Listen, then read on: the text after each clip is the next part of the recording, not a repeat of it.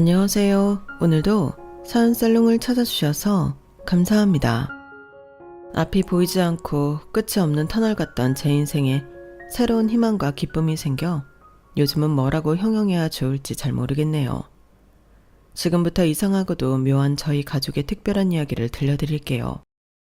저는 남들만큼 공부하고 남들만큼 직장 생활을 하다 결혼해서 아이 둘을 낳고 사는 지극히 평범한 여자였어요. 연년생의 제 두 딸은 다행히 활발하고 또래랑 잘 지내며 공부하는 것도 좋아하는 아이들이었죠. 사춘기가 와서 부모에게 버릇없게 할 법도 한데 저희 아이들은 한 번도 제 속을 썩인 적이 없었어요. 그도 그럴 것이 집안 분위기 때문에 아이들이 더 저를 힘들게 하지 않으려 했을 거라 생각하니 마음이 무겁기도 했어요. 남편과는 평범한 연애 결혼을 했고 아이 둘 낳고 잘 살다가 언제부턴가 부부 사이가 소원해지더군요. 남편의 차가운 태도와 무관심은 저를 위축되게 만들었고 어떠한 노력도 받아들이지 않으려는 남편의 모습에 저는 절망스러웠어요. 남편의 직업은 인테리어 공사 쪽을 하는 것이었는데 작업이 있다며 툭 하면 외박을 일삼곤 했죠. 밤에 작업하는 일도 없을 텐데 왜 집에 와서 안 자는 거야? 네가 뭘 알아? 밤에도 일이 있는지 없는지. 그리고 서울에 사는 사람이 무슨 대전까지 가서 인테리어 공사를 해. 거기는 인테리어 업자가 없어? 가면 또 몇 주는 화물차 사고. 애들 아직 초등학생이야. 나는 고사하고 애들한테 아직 아빠 관심이 필요할 때야. 내가 유능하니까 대전에서도 찾고 제주도에서도 찾는 거지. 네가 그딴 식으로 남편을 우습게 하니까 딸들도 아빠를 개똥 보듯이 보지. 애들이 언제 그랬다 그래. 오랜만에 만나서 반갑다 티내도 당신이 피곤하다고 밀어내기만 했잖아. 너도 인테리어 일 해봐. 피곤한지 안 한지. 그냥 가만히 앉아서 입이나 놀리면서 남편 일이 힘들 줄이나 알기나 했겠어? 무슨 말을 또 그렇게 해? 저는 당시 동네 공부방의 시간제 보조 선생님이었고 남편은 제 일을 아주 우습게 보았었죠. 저는 남편의 하는 일이 대단하다고 생각했지만 도무지 무엇 때문에 집에 며칠씩 안 들어오고 타 지역까지 가는 건지는 이해가 되지 않았어요.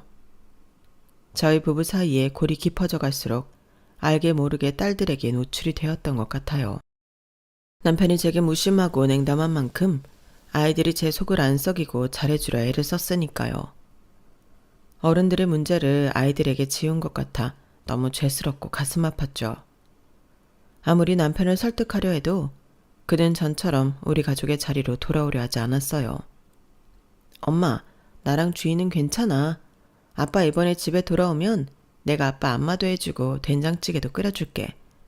그럼 아빠가 우리를 조금 더 예뻐하지 않을까? 진이야, 엄마가 미안해. 진이랑 주희가 그렇게 하지 않아도 아빠는 널 사랑해. 다만 일이 너무 바쁘고 힘들어서 지금 좀 여유가 없는 거야. 그렇게 아빠한테 일부러 잘 보이려 애쓰지 않아도 돼. 아빠한테 잘하면 아빠가 엄마도 안 미워할 것 같아서. 너무 미안해. 엄마가 다 잘못했어. 고리타분했던 저는 아이들을 위해서라도 남편과 이혼하면 더더욱 안 된다고 생각했었어요. 무심하고 쌀쌀맞은 아빠라도 없는 것보다 있어야 한다고 생각했거든요. 그때는 참 그런 고지식한 생각에 저 자신을 가두고 살았어요. 남편은 저와 아이들과의 관계뿐만 아니라 집안 사정에 대해서도 철저히 외면하고 살았어요. 결혼 초반과 달리 어느 순간부터 생활비를 줄여나가더니 나중에는 아예 돈을 끊더군요.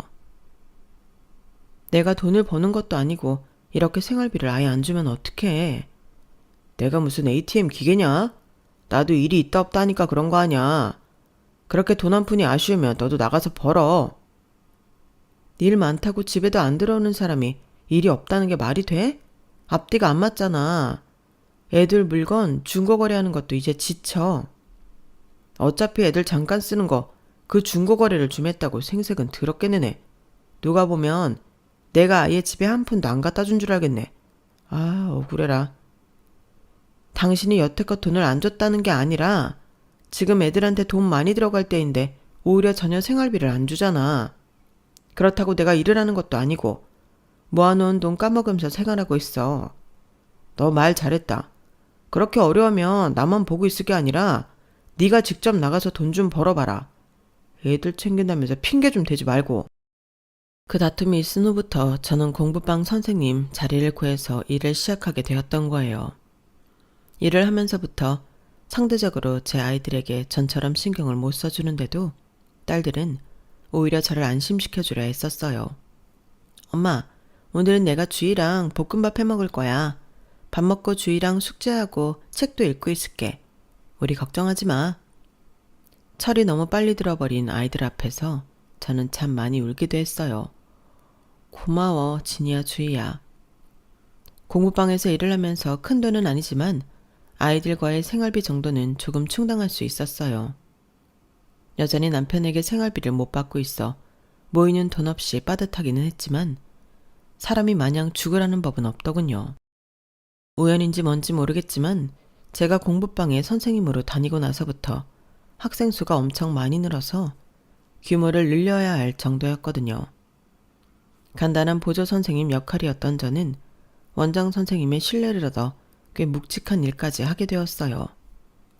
자연스럽게 페이도 조금씩 올라갔고요. 제 벌이에서 조금씩 저축할 수 있는 돈이 생겨났고 아이들 앞으로 소액이 남아 저금도 해줄 수 있게 되었죠. 그리고 시골에 혼자 계시는 저희 친정엄마의 칠순 선물을 준비할 수도 있게 되었어요. 친정엄마는 시골에서 아빠 사시다가 아빠를 먼저 보내시고 혼자가 되셨어요. 다행히 건축 쪽으로 일을 하셨던 아빠가 돌아가시기 전 지금 집을 튼튼하고 견고하게 잘 만들어주셨고 엄마는 그 집에 남아 계셨죠. 엄마 사시는 시골 동네에 더 나이가 많은 어르신들에게 봉사도 하고 마을 관리 같은 것을 도와주시면서 용돈벌이 정도를 하고 계셨어요.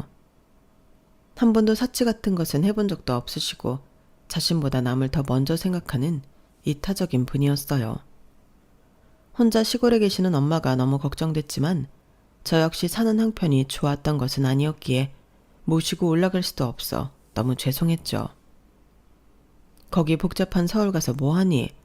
아버지가 나 죽을 때까지 안전하게 살라고 이렇게 좋은 집도 남겨놓고 갔는데 난 여기 좋다.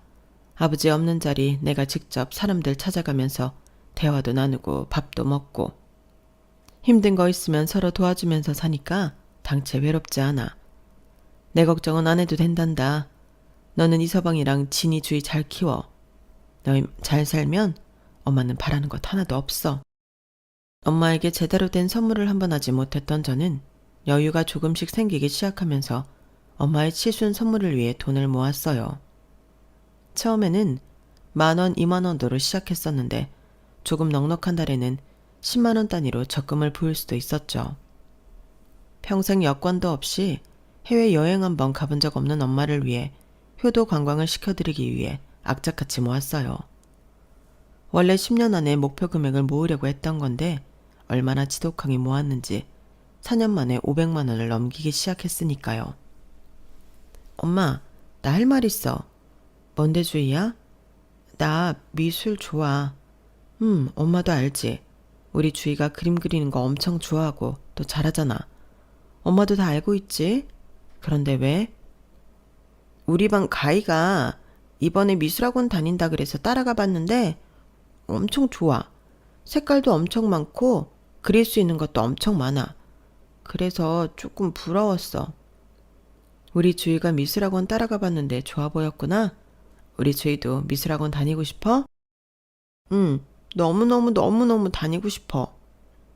공부도 잘했지만 그림 그리는 것을 너무 좋아했던 둘째 딸이 어느 날 미술학원에 다니고 싶다며 쭈뼛쭈뼛 얘기하더군요. 저는 간절한 마음으로 며칠 뒤 남편과 이 문제에 대해 상의하기로 마음먹었어요. 주희가 미술학원 다니고 싶대. 그런데 미술학원비만 좀 도와줬으면 좋겠어. 내가? 내가 왜? 여보, 주희 당신 딸이야. 내가 왜라니? 그 정도는 좀 해줄 수 있는 거 아니야? 너도 돈 벌잖아. 그런데 내가 왜 애 미술학원비까지 보태야 되냐고. 당신이 돈 안 주니까 내가 돈 벌기 시작했지. 그걸로 생활비하고 애들 앞으로 들어가는 거 다 충당하고 있어. 내가 더 큰 거 바라는 것도 아니고 애 학원비 정도는 당신이 좀 보태줄 수 있는 거잖아. 이제 초등학교 다니면서 가나다라 배우고 있을 나이에 무슨 학원이야. 너 그거 쓸데없는 엄마 치맛바람이야. 정신 차려. 당신이야말로 정신 좀 차려. 지금 애들이 몇 학년이고 몇 살인지 알기나 알아? 진이는 수학 경시대회에서 상도 타고 주희는 사생대회도 몇 번이나 나갔는데 애들한테 제발 관심 좀 가져달라고 내가 몇 번이나 말해. 당신이 생각하는 만큼 지금 애들 어리지 않아. 자기가 하고 싶은 거, 자기가 생각하는 거 다 또박또박 이야기하고 또 그만큼 잘 해낸다고. 내가 뭐 놀아서 몰랐어? 나도 죽어라 일하는데. 당신 노고 모른다는 게 아니라 제발 좀. 오랜만에 만난 남편은 제 말을 들으려고도 듣고 싶어 하지도 않았고 아이들에게까지 막말을 서슴지 않고 하더군요. 저는 정말 남편이 증오스럽기까지 했어요. 하지만 한 달이 넘는 시간 동안 남편에게 화도 내보고 달래도 보고 애원도 해가며 겨우 아이의 미술학원비를 약속받았어요. 하지만 그것도 몇 달 뒤부터는 소리 소문 없이 끊어버리기는 했지만요. 이 답답한 결혼 생활에 끝이 있기는 할까 매일 괴로웠어요. 그래도 제 옆에서 웃어주는 아이들에게 힘든 모습을 최대한 숨기며 지내려 노력했어요. 아이들도 제 마음을 알고 아빠에 대한 언급을 자제하는 것 같더군요. 그렇게 또 시간이 흘렀고 친정엄마의 칠순이 다가오기 6개월 전이었어요. 목표했던 돈보다 더 많이 모은 저는 엄마에게 전화를 걸었어요. 엄마, 나야 영희. 그래 영희야. 어디 아픈 데는 없으시고? 나야 뭐 괜찮아. 엄마, 다른 게 아니라 올해가 엄마 칠순되는 해잖소. 내가 벌써 나이를 그렇게 먹었니? 요즘 뭐 좋은 일 많으신가 배. 나이도 까먹고 지내시고. 너도 이 나이 되어봐라. 그깟 1, 2년은 눈 감았다 뜨면 후딱이다. 70평생 여권이라는 것도 못 만들어보고 외국이라는 곳은 가보지도 못한 우리 엄마, 내가 올해 찐하게 효도 한번 해드리려고 하는데 어때? 좋은 데 한번 모시고 갈게. 다 늙어서 좋은 데가 뭐 있겠어. 우리 집이 제일 좋지. 엄마, 그러지 마. 집이야 맨날 자는데도 집밥이야 맨날 먹는 거잖아. 엄마 해외여행 한번 보내드리고 싶어서 이 딸이 돈을 조금씩 모아놓은 게 있거든. 그걸로 여행 보내드릴게. 애 둘이나 키우면서 돈 들어가는 것도 많을 텐데 무슨 여행이냐? 가본 걸로 할 테니까 그냥 그걸로 진이 주희 맛있는 거 사주고 좋은 옷 사입혀. 엄마 거절하지 마시고 진짜로. 우리 엄마한테 내가 좋은 거 해드린 것도 하나 없는데 나 죄책감 갖고 살게 하지 마. 엄마 여행이지만 내 부탁이기도 해. 우리 딸이 어렵게 모은 돈으로 어떻게 내가 사치 부리면서 해외여행을 간다니. 돌아가신 아버지가 놀래서 다 벌떡 일어나시겄다. 아빠한테도 내가 꿈속에서 다 허락받았다니까. 엄마는 예쁜 옷 입고 몸만 따라오면 돼. 딸이 힘들게 모은 돈을 어떻게 쓰냐며 손사래를 치던 친정엄마를 겨우겨우 설득해 해외여행을 가기로 정했어요. 무엇보다 제가 차곡차곡 모은 돈으로 엄마애가 큰 효도를 할 수 있다는 생각에 기쁘면서도 가슴이 저미는 느낌이었어요. 10년같이 모았던 돈 700만 원을 은행에서 고스란히 찾아와 안방 서랍에 잘 넣어두었어요. 이제는 어디로 여행을 가야 하나 결정할 즐거운 일만 남았었죠. 진이야 주희야 이리 와봐. 왜 엄마? 외할머니 올해 특별한 생신이시거든. 우리 다 같이 비행기 타고 해외여행 갈까 하는데 어때? 와 너무 좋아. 우리도 이제 드디어 비행기 타보는 거야? 야 신난다. 그런데 아빠는 같이 안 가? 진이 말이 맞네. 엄마가 생각이 좀 부족했다. 엄마가 아빠한테도 같이 갈 수 있는지 한번 물어볼게. 말은 그렇게 했지만 저는 남편에게 물어보기 겁났어요. 남편의 반응이 불보듯 뻔했거든요. 며칠 뒤에 집에 들어온 남편에게 조심스레 말했어요. 저 엄마 칠순이 올해잖아. 그래서 다 같이 해외여행 한번 모시고 갈까 하는데 어떻게 생각해? 제 말이 끝나자마자 남편은 눈썹을 치켜듣고 말하더군요. 해외여행? 해외여행? 돈이 어디 있어서? 너 나한테 뜯어가려고? 뭘 뜯어가. 내가 조금씩 모은 돈이 있어. 몇 년이나 걸쳐서 아주 조금씩 모은 돈이야. 그걸로 갈까 해. 제 말이 끝나자 남편은 더 신경질적인 눈으로 저를 쏘아봤어요. 모은 돈이 있었어? 뭐 생활비를 안 주네, 애 학원비가 없네 하면서 나한테 돈돈돈 거리더니 니네 엄마 해외여행 보내줄 돈이 있었나 보네. 참나, 진짜 기가 막힌다. 너란 여자 생각보다 훨씬 무서운 사람이구나. 진짜 어렵게 모은 돈이야. 당신도 알잖아. 우리 엄마 여건도 없는 사람인 거. 이렇게 아무것도 못 해드리다가 갑자기 아빠처럼 돌아가시면 한평생 한이 될 것 같아서 그래. 매번 이렇게 해드리는 것도 아니잖아. 당신한테 돈 달라는 것도 아니고 같이 갈 수 있는지 물어보는 거잖아. 너 같으면 기분 더러워서 가겠냐? 진짜 생각할수록 골 때리네. 그렇게 돈 없다 없다 징징거릴 때는 언제고? 뭐? 해외여행? 그럼 우리 엄마는 네가 해외여행 보내줘 봤냐? 어머니도 보내드리고 싶지. 그런데 형편이 넉넉하지 않잖아. 형편이 넉넉치 않아서 니네 엄마는 비행기 태워주고 우리 엄마는 뭐 한국에나 짱 박혀 있으라 이건가? 그렇게 극단적으로 생각하지 좀 말고. 어머니는 평소에도 모임에서 해외여행 자주 가시잖아. 그리고 어머님 칠순 때도 뭐 해드릴까 나도 고민 중이었다고. 엄마 돈으로 해외여행 가는 거랑 그래도 며느리인데 네가 보내주는 거랑 같냐? 와, 착한 척 다 하더니 완전 뒤통수 치는 거 쩌네. 이렇게 또 싸우려고 말 꺼낸 거 아니야. 애들이 아빠랑도 같이 여행 가고 싶어하는 것 같아서 물어본 거야. 됐다. 너나 딸년들이나 다 기집애다 이거지. 이 집에서 내 편 아무도 없다 이거지. 해외여행이고 뭐고 니네끼리 잘해봐. 화가 잔뜩 난 남편은 집을 나갔고 방에서 우리의 다툼을 듣고 있던 딸들은 울면서 제게 안기더군요. 엄마, 내가 괜히 아빠도 가냐고 물어봐서 미안해. 엄마, 내가 잘못했어. 아니야, 너 잘못한 거 없어. 엄마랑 아빠가 생각하는 게 달라서 의견이 조금 안 맞을 뿐이야. 우리 다 가족인데 같이 여행 갈 수 있는지 물어보는 건 당연한 거야. 네 탓 아니야. 울지 마. 좋은 의도로 시작했던 것이 아이들에게까지 상처를 준 것 같아 마음이 쓰리고 아팠어요.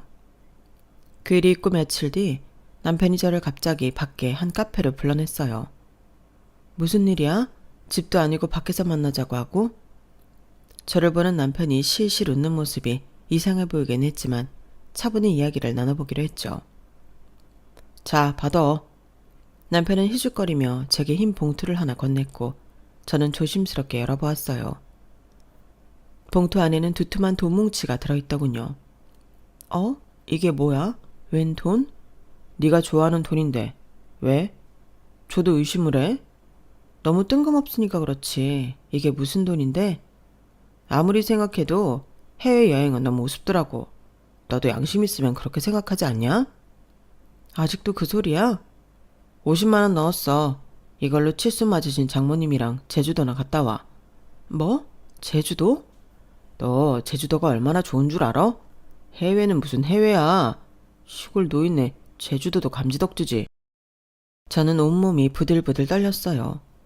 어떤 모진 말도 어떤 모진 행동도 참으며 살았는데 친정 엄마한테 제주도도 감지덕지라며 50만 원을 제게 던진 그의 행동에 치가 떨리더군요. 제주도를 가든 해외를 가든 내가 알아서 할 거야. 이런 돈도 필요 없어. 그래? 진짜? 후회 많이 할 텐데. 뭐? 이거 50만 원 주는 거라도 받아. 가서 흑돼지 한번 먹고 땅콩 아이스크림이라도 사 먹으려면. 저는 더 이상 참지 못하고 자리에서 벌떡 일어났어요. 당신이 좋은 의도로 이러는 건지 나쁜 의도로 이러는 건지 모르겠지만 예의 좀 지켜줘. 그래도 당신 장모님이야. 누가 뭐래? 내 장모님 맞지? 그래서 이렇게 여행비를 주는데도 넌 뭐라 그러냐? 저희 화를 돋구듯이 남편은 계속 기분 나쁜 웃음만 지었고 저는 이 상황을 이해할 수 없었어요. 순간 제 내리를 번쩍하고 스치는 것이 있었어요. 당신 설마 안방 서랍장에 있던 돈 손댔어? 남편은 아무 대답 없이 희죽이며 저를 바라보더군요. 당신 정말 그런 거야? 그 돈이 어떤 돈인지 알아? 알아. 당신이 노인네 해외여행인가 뭔가 보내주려 했던 돈이잖아. 진짜 그 돈에 손댄 거야? 그 돈 어딨어? 어딨냐고 빨리 말해. 니네 엄마만 엄마고 우리 엄마는 뭐 옆집 아줌마냐? 나도 우리 엄마한테 효도 좀 했다. 뭐? 그 돈으로 뭘 어쨌다고? 요즘 명품백도 몇백 갖고는 뭐 사지도 못하더라. 돈 좀 더 모아놓지 그랬어. 그래서 아주 약소하게 중저가 브랜드로 우리 엄마 백 하나 내가 장만해 드렸지. 그 돈으로? 서랍장 안에 700만 원으로. 참, 700만 원이 아니지. 여기 네 앞에 50만 원 있으니까 650만 원이구나. 맞다. 650만 원짜리였지. 저는 그 사람 많은 카페에서 제정신이 아닌 사람처럼 소리를 지르며 악다구니를 했어요. 당신이 사람이야? 어떻게 그럴 수가 있어? 그 돈에는 손대면 안 되는 거잖아. 거기서 당신 돈 1원도 없어. 다 내가 악착같이 모은 거란 말이야. 당신이 무슨 자격으로 그걸로 백을 사서 어머니를 드려. 그리고 지금 생색내듯이 내 앞에 이 돈을 내민 거야? 당신 진짜 사람이야? 어떻게 나한테 이럴 수가 있어. 주지는 못해도 뺏어가지는 말아야지. 이 짐승 같은 놈아. 저도 모르게 나오는 욕짓거리에 남편도 표정이 변하기 시작했어요. 야, 말 조심해. 나가서 사람들한테 물어봐. 누가 더 잘못한 거냐고. 시어머니는 못 챙길 망정 시골에 사는 노인네한테 해외여행에 가당키나 하냐? 그럼 목돈이 생기면 남편한테도 용돈 좀 하라고 챙겨주고 할 것이지. 네가 제일 이기적이야. 저는 그 자리에서 엉엉 울고 말았어요. 슬프다 못해 절망스러웠어요. 내가 그래도 이 남자를 사랑해서 결혼하고 자식까지 낳아 살았는데 그동안 그 무심함과 냉대를 참아오며 여기까지 온 건데 어떻게 이렇게 극악무도한 짓을 할 수 있는 건지 알 수 없었죠. 남편은 저희 친정엄마에게 그동안 남처럼 대했던 것도 참으면서 살았지만 저는 그래도 시어머니에게 애들 할머니라며 할 수 있는 노력은 해왔는데 생각할수록 남편의 태도가 분했어요. 그날 남편과 카페에서 헤어지자고 저는 많은 생각을 하게 되었어요. 며칠간 그로 인한 스트레스가 너무 심했는지 먹는 것마다 토하기 일쑤였고 심한 고열로 공부방 일까지 며칠 쉬어야 했어요. 친정엄마에게 해외여행을 보내드리겠다며 이미 다 설레발을 쳐넣은 상황인데 죄스러운 마음으로 어떻게 연락을 드려야 하나 고통스러웠어요. 몸이 좀 나은 후에 괴로운 마음으로 친정엄마에게 전화를 걸었어요. 엄마, 우리 딸 목소리가 왜 이렇게 힘이 없어? 무슨 일 있어? 미안해 엄마. 왜 그래? 너 진짜 무슨 일 있구나? 엄마한테 다 털어놔봐. 사실은 말이야. 저는 거짓말을 꾸며낼 기운도 없어서 엄마에게 그동안 있었던 일을 모두 털어놓았어요. 엄마, 정말 미안해. 애들 아빠가 진짜 그렇게까지 할 줄 몰랐어. 나 갈라설 거야. 그동안 영희 네가 많이 참고 살았구나. 그것도 모르고 엄마는 네가 잘 사는 줄만 알았지. 내가 오히려 더 미안하다. 엄마가 왜 미안해. 그런 말 하지 마. 엄마와 저는 수화기를 붙잡고 오랫동안 울며 이야기를 나눴어요. 엄마와 통화를 마친 뒤 더 결심이 들더군요. 이제 이성기랑은 더 이상 못 살아. 저런 인간은 애들 아빠일 수도 없고 아빠여서도 안 돼. 더 이상 저 인간이 나와 우리 아이들의 인생을 망치게 둘 수 없어. 내가 바보 같았지. 아니라고 생각이 들었을 때 진작 헤어졌어야 하는 걸. 수요일 그 외양간 고치는 것 마냥 그걸 이제야 깨닫다니. 하지만 아직 늦지 않았어. 지금이라도 저 인간이랑은 헤어져야 돼. 항상 미적지근하게 끌려다니던 저였는데 어디서 갑자기 그런 굳은 힘이 났는지 저는 조금의 흔들림도 없이 남편과의 이혼을 결심했어요. 이혼 통보를 하자 남편은 더 비아냥대며 꼴보기 싫은 짓만 골라 하더군요. 뭐? 이혼? 그건 내가 먼저 해야 될 소리 아니냐? 네가 이혼을 운운하다니 진짜 지나가던 개가 다 웃을 일이다. 당신 아니지 이제 남이니까 나도 말 좀 막 할게. 너 남자 새끼가 그렇게 살지 마라. 진짜 뭐 잘난 것도 없으면서 나한테 맨날 구박이나 하고. 너 애들 아니었으면 진작 손절당했어. 애들한테 감사하게나 생각해. 내가 사회생활 해보니까 너 맨날 힘들다고 생색내는 거 진짜 우습더라. 그렇다고 돈을 많이 벌어와서 가게에 보탬을 주기나 해 뭐해. 네 술 처마시고 어디 지방 가서 계집질이나 하는데 다 쓴 거 내가 모를 줄 알아? 그거 다 꾹 참고 살았어. 정말 애들 아빠니까. 학원비 그거 몇 달 보내준 걸로 생색냈을 때도 정말 입술을 깨물며 참았어. 그래도 애들 아빠니까. 그런데 이제 다 필요 없어. 있는 정 없는 정 다 떨어져서 옆에 있는 것도 징그러울 정도야. 시골 사는 노인네 데리고 제주도나 갔다 오라고? 알았어. 이제 우리가 어떻게 사는지 간섭도 하지 마. 이선기, 너란 인간 이름만 들어도 진짜 소름 돋고 침 뱉고 싶어. 진짜 너랑 끝이야. 이게 무슨 약을 잘못 먹었나? 갑자기 왜 이렇게 발악이야? 나한테 위자료 같은 거 한 푼도 요구할 생각하지 마라. 어디 애들 데리고 네가 얼마나 잘 사나 두고 보자. 너 그리고 내가 모아놓은 돈 좋게 말할 때 고스란히 갖고 와. 니네 엄마 백 샀던 거 환불해서라도 700만 원 다 내 눈앞에 갖다 놔. 누구 좋으라고? 내가 그걸 왜 갖다 놓냐? 결혼 생활 중에 같이 모은 돈인데 왜 내가. 웃기네 아주 이거. 결혼 생활 중에 같이 모아? 넌 진짜 염치까지 말아먹었구나. 그 700만 원 안 갖다 놓으면 고소 들어갈 테니 그런 줄 알아. 어디 네 마음대로 해봐라. 그렇게 저와 남편은 이혼을 했어요. 당장 딸 둘과 셋이서 살 것을 생각하니 막막하긴 했지만 전 남편을 도저히 용서할 수는 없었죠. 그렇게 작은 방을 하나 구해서 바쁘게 이사를 했어요. 아이들은 다 안다는 듯이 그 상황에 대해서 묻지도 않고 조용히 저를 따라 나서더군요. 이사 정리가 마무리되어 갈 때 시골에서 친정 엄마가 올라왔어요. 영희야, 엄마야. 와, 외할머니다. 엄마. 저는 엄마를 보자마자 왈칵 눈물을 쏟았고 엄마는 저의 등을 한없이 쓸어주었어요. 그런데 저분도 같이 온 거야? 저희 모녀의 눈물겨운 상봉을 따뜻한 눈으로 지켜보고 계시는 한 노신사가 제게 인사를 건넸어요. 안녕하세요. 저는 손일구라고 합니다. 조 여사님 따님인 김영희시죠? 말씀 많이 들었습니다. 인자한 얼굴로 제게 인사를 건네오는 노신사는 깔끔한 차림새에 나이답지 않게 건장해 보이기까지 했어요. 들어오세요. 저는 얼떨결에 엄마와 노신사를 집 안으로 들였고 놀라운 이야기를 듣게 되었어요. 영희야, 제대로 인사드려. 여기 손 선생님은 엄마랑 같은 동네에 사시는 분이야. 경황이 없어 인사도 잘 못 드렸네요. 안녕하세요. 김영희입니다. 그래요, 반가워요. 여기가 진이랑 주희인가 보군요. 네, 제 딸들이에요. 그런데 어쩐 일로 저희 엄마랑 여기 서울까지. 영희야, 놀라지 말고 들어. 엄마랑 여기 손 선생님이랑 만나는 사이야. 어? 만나는 사이? 두 분이 교제하신다는 말이야?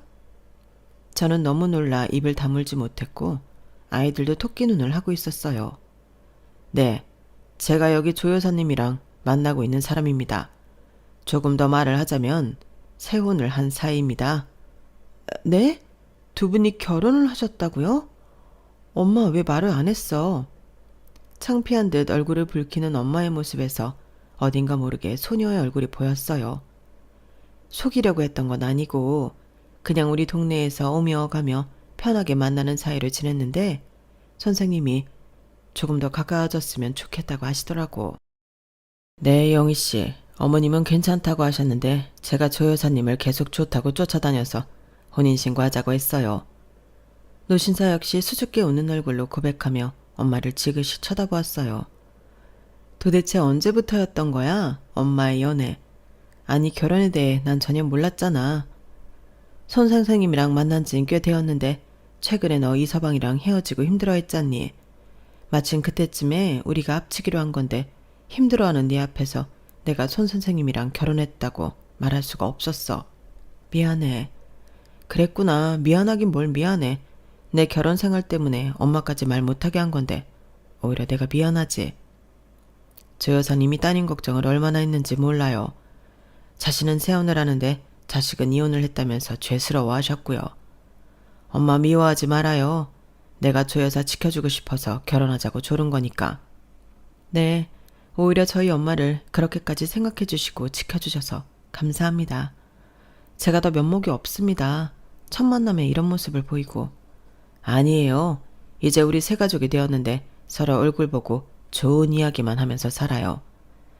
내가 영희 씨 친아빠는 아니지만 조 여사를 아끼는 만큼 영희 씨한테도 잘할게요. 그 얘기를 듣는 순간 저도 모르게 눈물을 와락 쏟았어요. 감사합니다. 감사합니다. 어떻게 감사의 말씀을 드려야 할지. 영희야, 울지 마. 손 선생님 정말 좋은 분이셔. 그리고 엄청 대단하신 분이야. 엄마와 노신 사이 인생 이야기와 러브스토리는 아주 놀라웠어요.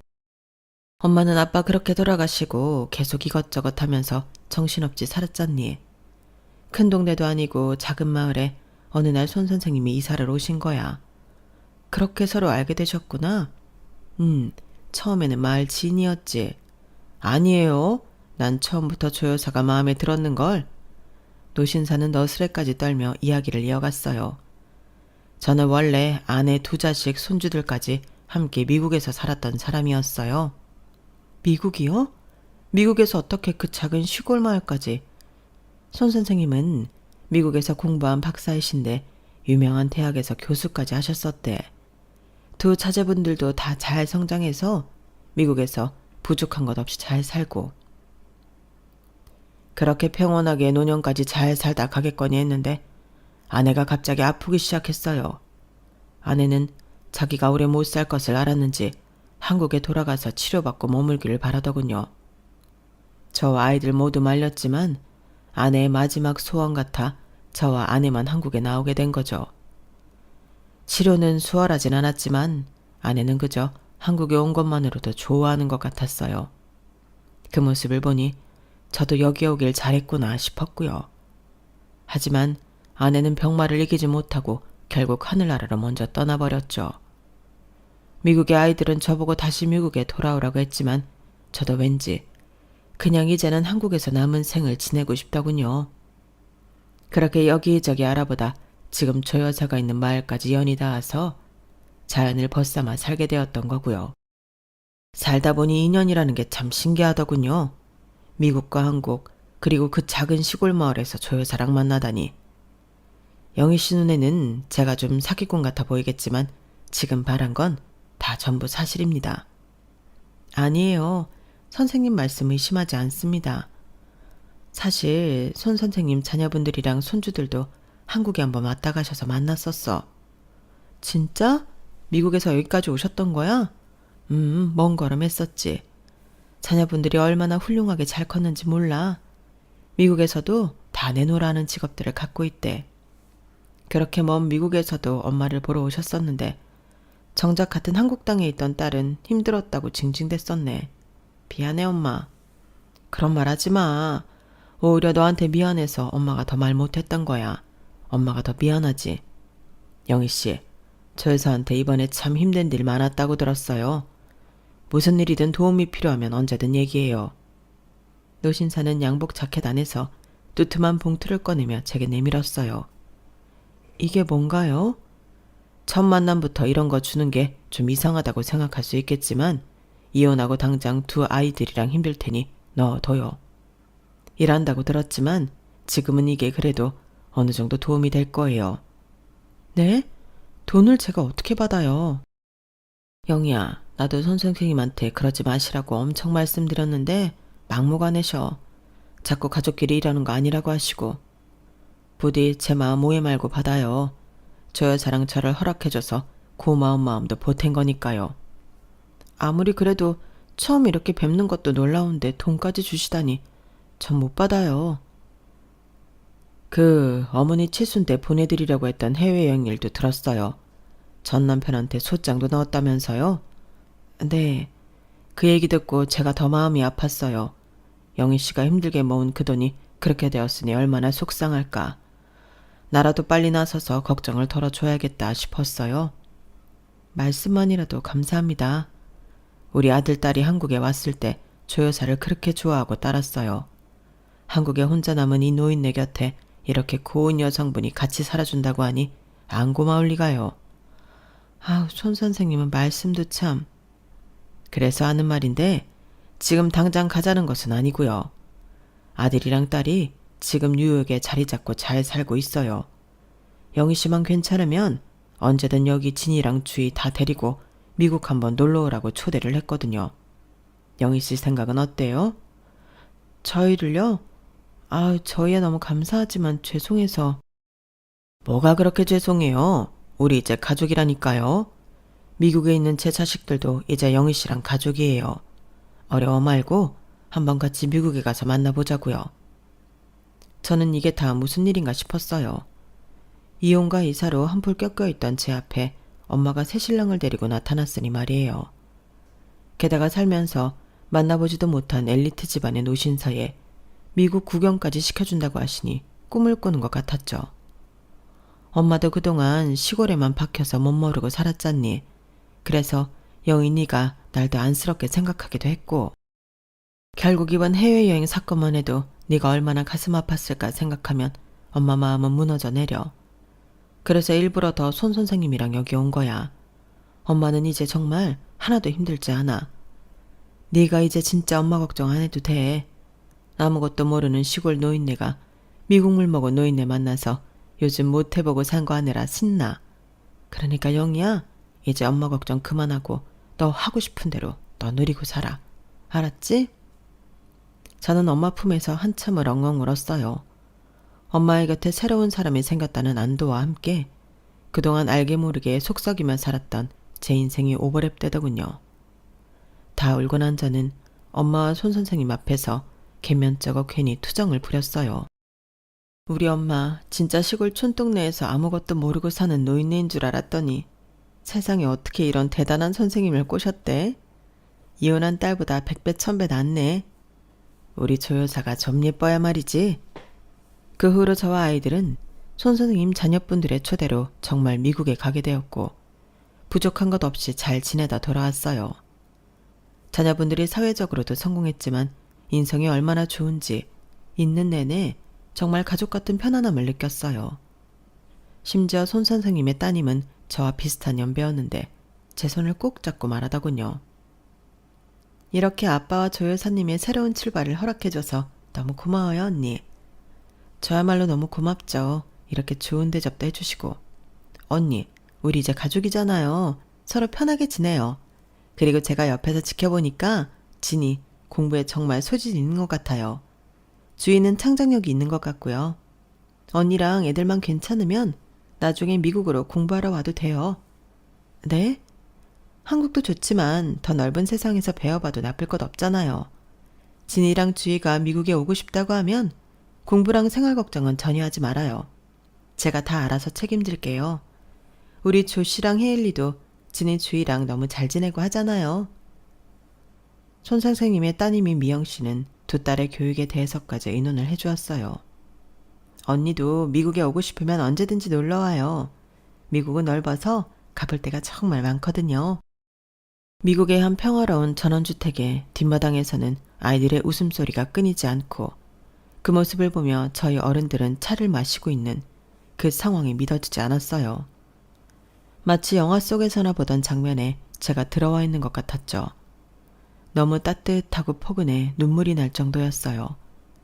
그로부터 몇 년이 지난 지금 손 선생님과 엄마 그리고 저는 몇 번이나 미국 가족들의 초대를 받아 놀러왔어요. 중학생이 된 진이와 주희의 미국행에 대해서는 아직 서로 논의 중에 있답니다. 정말 행복한 고민을 하고 있네요. 참, 미국에서 가족들과 즐거운 시간을 보내는 사진을 프로필 사진으로 해놨더니 전 남편에게 연락이 몇 번 왔었어요. 저는 그동안 있었던 일을 이야기해 주었고 남편은 손이 발이 되도록 빌며 다시 합치자고 애걸복걸하더군요. 글쎄요. 기부한 셈 치고 그 700만 원에 대한 고소도 취하해 줬는데 제가 그 인간이랑 다시 엮이는 일은 없어야겠죠. 그 돈 덕분에 쓰레기 거르고 새로 시작한 우리 식구들 많이 응원해 주세요. 제 이야기는 여기까지입니다. 들어주셔서 감사드려요. 항상 건강하시고 매일매일이 행복하시길 기도합니다. 여러분, 사연 댓글에 응원과 현명한 조언 부탁드려요. 좋아요와 구독은 저에게 큰 힘이 됩니다. 오늘도 좋은 일 가득하세요.